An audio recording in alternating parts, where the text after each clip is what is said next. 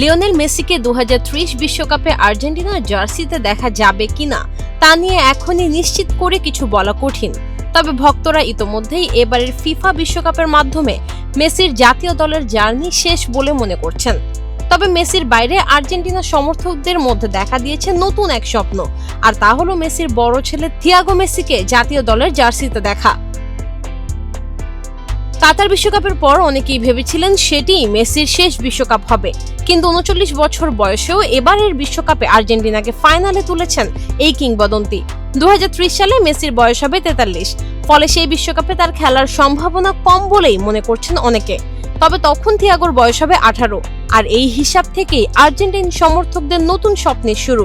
ভক্তদের ধারণা থিয়াগোই হয়তো খেলতে সক্ষম হবে পরবর্তী বিশ্বকাপ।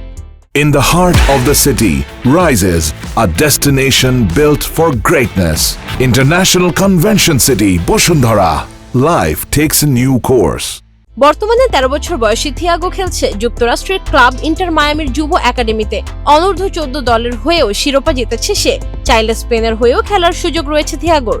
তবে বিভিন্ন সাক্ষাৎকারে সে জানিয়েছে বাবার মতো আর্জেন্টিনার জার্সি পরাই তার লক্ষ্য, আর সেখান থেকেই জন্ম নিয়েছে আরো বড় এক স্বপ্ন, একদিন বাবা ও ছেলে একই সঙ্গে আর্জেন্টিনা জাতীয় দলের হয়ে মাঠে নামবেন।